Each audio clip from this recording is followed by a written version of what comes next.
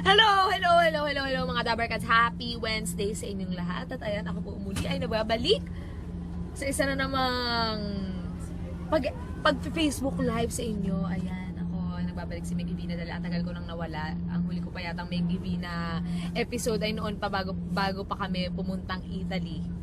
Ayan, kaya ako ay nagbabalik ngayon dahil tayo tutulong sa mga Dabarkats na namang problema. Ito, Ayan. letter. May letter po May tayo. letter tayo at talagang totoong sulat ito nang galing sa isa nating Dabarkats dahil kailangan niya ng tulong. At ito na, Dear Meggy V na, gusto ko pong, ang ganda ng sulat mo ha, Vincent Beltran. Gusto ko pong marinig ang payo nyo tungkol sa problema ko. Kasi parang problema mo. Kasi po nung college po ako, mahilig po ako sa computer games. Ay nako, na-addict po ako sa larong Dota kaso nagagalit ang girlfriend ko kasi mas pinagtutuunan ko daw ng pansin na paglalaro ng Dota kaysa sa kanya. Mahal na mahal ko ang girlfriend ko kaya iniwasan ko ang pagdodota kaso ngayon ay nagkaroon ng Pokemon Go. Ayun naman na sinasabi, Pokemon Go, hindi Pokemon Go para nagkaroon ng Pokemon Go, parang napapansin ko na nauulit na naman yung nangyari dati. Super fan ako ng Pokemon simula nung bata pa ako kaya hindi ko mapalagpas na hindi ito laruin. Paano ko kaya mapapaintindi na maayos yun sa girlfriend ko? Sana ay matulungan niyo ako, Meggy V na. Salamat. Una kong tanong sa iyo, ano bang gusto mo ipaintindi sa girlfriend mo? Na mas importante yung Pokemon Go kaysa sa kanya? Ha? Alam mo ako napipiko. Ano ba? Ano bang gusto mo ipaintindi sa kanya? Gusto mo ipaintindi sa kanya na mas importante yung paglalaro mo? Yung pagbibigay mo ng atensyon sa ibang bagay kaysa sa kanya? Lalo na't laro pa yan? Ano?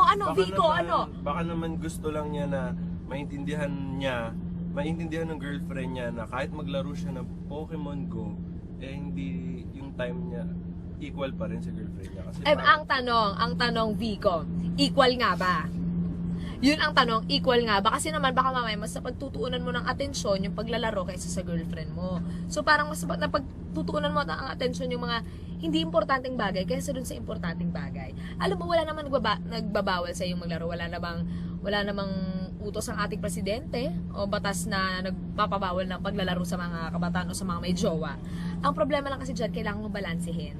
Yun lang yun. Actually, pwede ka naman maglaro. Kahit sino naman sa atin pwedeng maglaro. Hindi naman ang paglalaro naman ng Pokemon Go ng Dota ay hindi para sa mga single lamang. Ayun. So, kailangan mo lang balansehin yan. Okay? Kailangan balansehin mo yung oras mo sa jowa mo, yung paglalaro. Kasi yung paglalaro pang ano lang naman yan, ipapalipas oras lang.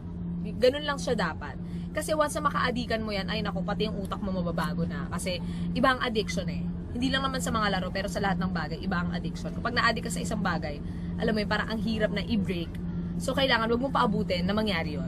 So, kailangan, maglaro ka lang or gawin mo lang isang bagay pang palipas ng oras. Pero kasi, isipin mo pa rin na mas maraming importante bagay kaysa doon. At kailangan mo yung balansehin. Parang pag-aaral lang.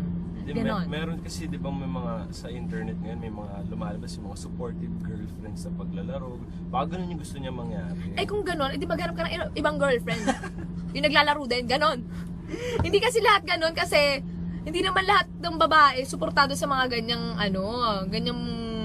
ganyang interest ng kanilang mga boyfriend. Kasi, iba kasi personally, hindi kasi parang siguro na nafe-feel niya na nawawalan ka ng oras sa kanya. Tapos, alam mo, baka mamaya nagde-date sila, tapos habang nagde-date, ganon. Kunwari, nasa labas kayo, magde-date kayo. Syempre, gusto ng girlfriend mo na mag-spend kayo ng time together na alam mo yun, as in quality time. Hindi yung nag-uusap kayo tapos ikaw, hawak mo yung Pokemon, uy si Jigglypuff, ano yun? Hindi ganun dapat. Balansin mo, pag kasama mo yung girlfriend mo, yung attention mo sa kanya muna. Kapag hindi mo siya kasama, kapag wala kang magawa, doon ka maglaro. Ganun yun, babalansin mo lang. Huwag mong pagsabayin. Kasi, pag nagalit yung girlfriend mo, pag yan napuno sa'yo, ay iiwan ka niyan. Pag naiwan ka niyan, hindi na uso ang Pokemon Go, wala ka ng kasama. Mag-isa ka na lang. Hindi yan Pokemon na pwede mong hulihin. Ang girlfriend mo, hindi yan parang Pokemon na pwede mong hulihin kapag umalis. Tandaan mo yan ha. Ang girlfriend mo, hindi nakikita kung saan. Okay?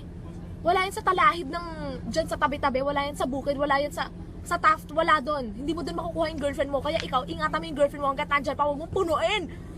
Ha? Ang paglalaro, ilugar mo! Nagalit. Hindi, charot lang. Ayun, balansin mo lang yan. Balansin mo. Pagkasama yung girlfriend mo, yung attention mo sa kanya muna, and yung paglalaro, tsaka na lang. Okay, papalipas oras. Yun lang. Ayan, Dabarkats, mag-one for all na po. Kaya, bye-bye. Ayan, sa susunod ulit, Lovercast, may Divina, padala kayo ng sulat sa akin dahil si May Divina ay sasagot sa inyong mga problema.